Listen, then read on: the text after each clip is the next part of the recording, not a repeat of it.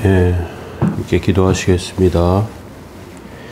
예수를 죽은 자 가운데서 살리신 이의 영이 너희 안에 거하시면 그리스도 예수를 죽은 자 가운데서 살리신 이가 너희 안에 거하시는 그의 영으로 말미암아 너희 죽을 몸도 살리시리라. 주의 은총과 은혜 감사합니다. 연약한 가운데 주의 능력과 은혜를 구하오니 성령의 도우심과 은혜를 통하여 온전케 하옵소서. 이 시간 인도하시고 세워주셔서 주의 뜻, 주의 온전하심, 주의 거룩하심을 드러내는 삶으로 저희들을 세워주옵소서. 이 시간 함께 하시고 붙잡아 주시기 원합니다. 주의 은혜를 구하며 예수 그리스도 이름으로 기도합니다. 아멘. 찬송가 265장 2절 찬송 드리겠습니다.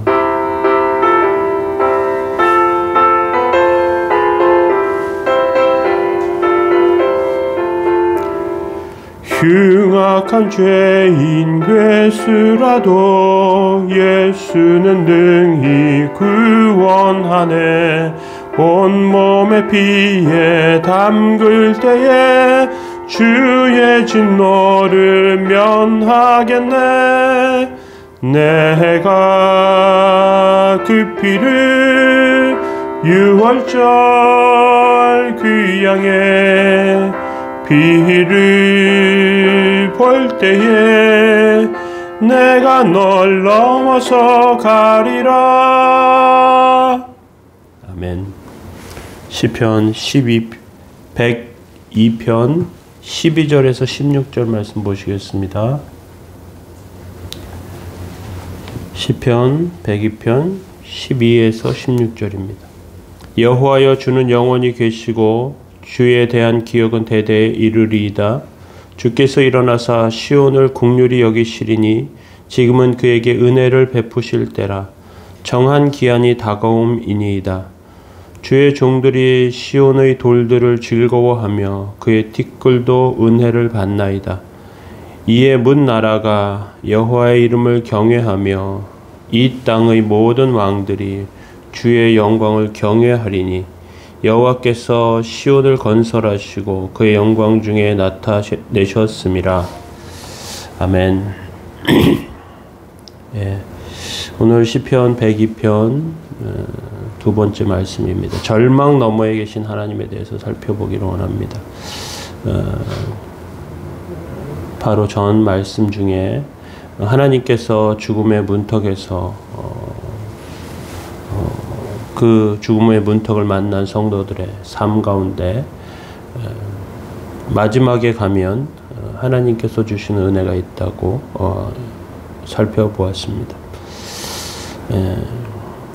시편 기자는 병들고 회복될 가능성이 없어 보입니다.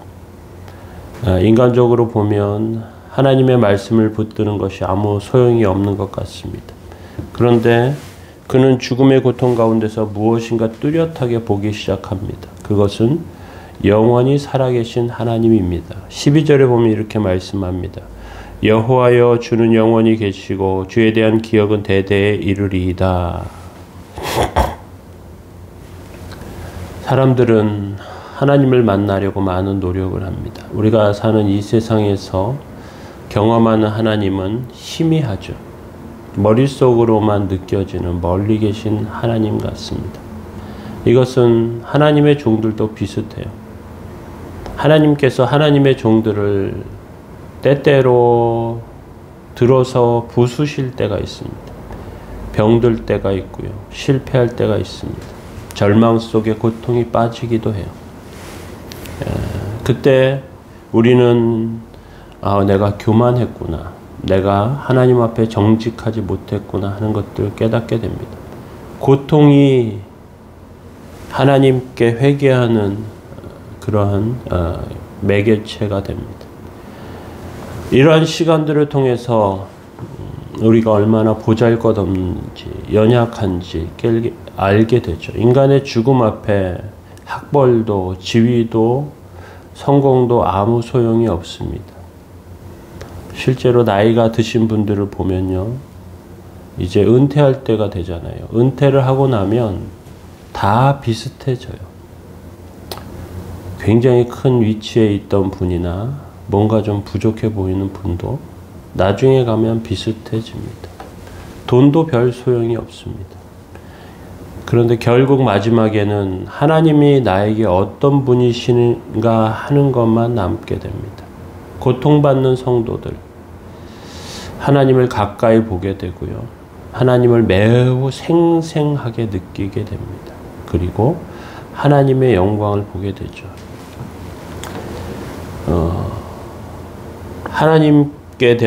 하나님 앞에서 우리는 고통은 잊어버리고 하나님께 대한 기억만 남게 됩니다. 사람들 사이에도 비슷합니다. 각각 사랑하는 사람을 잃은 그런 경험을 해보니까 가지고 있던 마음과 생각 중에 사랑에 대한 기억이나 또는 뭔가 해주지 못한 그런 미안함 같은 것들만 남더라고요. 우리가 고통을 지나고 나면 하나님께 대한 기억만 남습니다. 하나님께서 함께 하신 기억이고요. 하나님께서 은혜 주신 부흥의 기억입니다. 하나님의 말씀을 듣고 행복했던 것에 대한 기억이죠. 그래서 성도들이 고통 가운데 감사하고 행복할 수 있는 이유는 이러한 하나님의 기억이 남기 때문에 그렇습니다. 하나님께서 행하신 기적이 있습니다. 하나님께서 주신 그러한 은혜 가운데 하나님 찬양하고 기뻐하고 그리고 하나님의 도움과 은혜를 통해 세워졌던 것들, 이러한 기억으로 행복하고 감사하게 됩니다. 하나님께서 우리에게 이러한 은혜를 주실 것을 다시 한번 기대하기 때문에, 하나님께서 돌아가신 하나님이 아니고 살아계신 하나님이기 때문에 또 하나님께서 이런 일을 행하실 것이다 하는 소망이 남습니다. 13절에 보면 계속해서 이렇게 말합니다. 주께서 일어나사 시온을 긍휼히 여기시리니 지금은 그에게 은혜를 베푸실 때라. 정한 기한이 다가옴이니이다. 시편 기자는 병중에 하나님을 생생하게 느끼게 됩니다. 하나님이 일어서시는 것을 알게 되었습니다. 하나님께서 그 백성을 긍휼히 여기시기 때문에 그렇습니다. 하나님께서 그의 백성을 사랑하시고 은혜를 사모하는 자들에게 베푸시는 하나님이심을, 그렇게 하나님께 부르짖는 자를 구원하고 인도하지 않으면 견디지 못하시는 분임을 알기 때문에 그렇습니다. 그래서 하나님의 은혜가 나타나고 부흥이 일어나고 역사가 나타납니다. 하나님의 백성의 기도, 하나님께서 주시는 차고 넘치는 은혜를 통하여 더욱 세워지게 됩니다. 병도 고치시고 어려움도 해결하십니다. 14절에 보면 주의 종들이 시온의 돌들을 즐거워하며 그의 티끌도 은혜를 받나이다. 하나님의 함께 하시는 은혜가 나타나자 백성들이 얼마나 큰 은혜를 받았는지, 돌들을 붙잡고 기도하기만 해도 병이 낫고요. 티끌에 엎드려서 기도만 해도 기적이 나타나는 것입니다.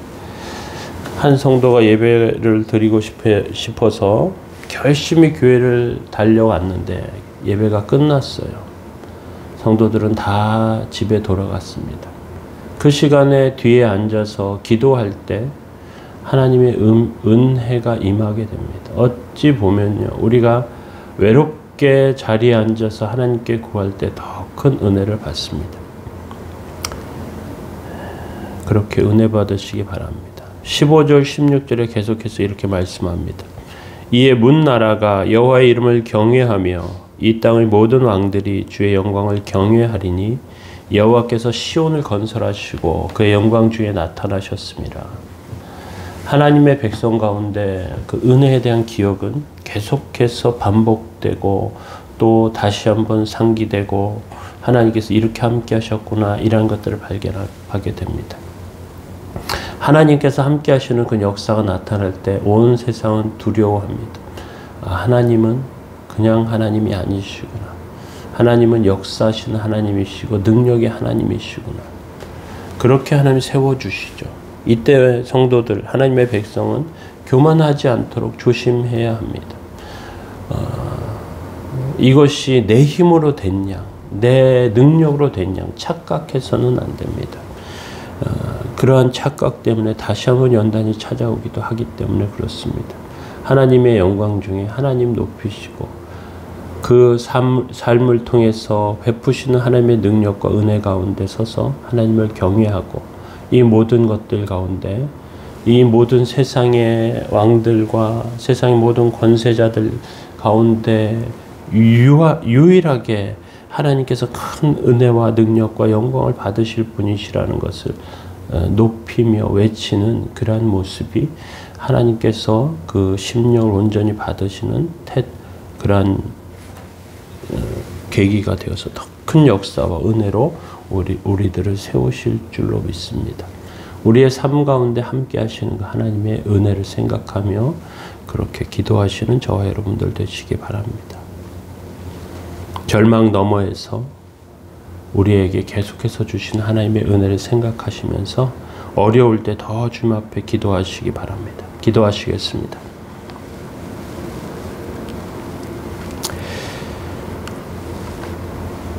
예수를 죽은 자 가운데서 살리신 이의 영이 너희 안에 거하시면 그리스도 예수를 죽은 자 가운데서 살리신 이가 너희 안에 거하시는 그 영으로 말미암아 너희 죽을 몸도 살리시리라.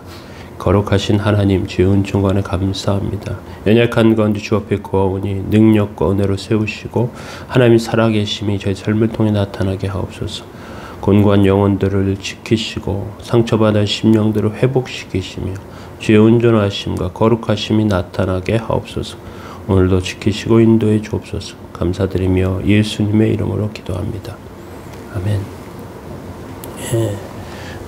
우리 군에 가는 형제가 있는데 군생활 잘할 수 있도록 위해서 기도해 주시고 어려움 가운데 있는 성도들을 지켜달라고 기도해 주시면 좋겠습니다.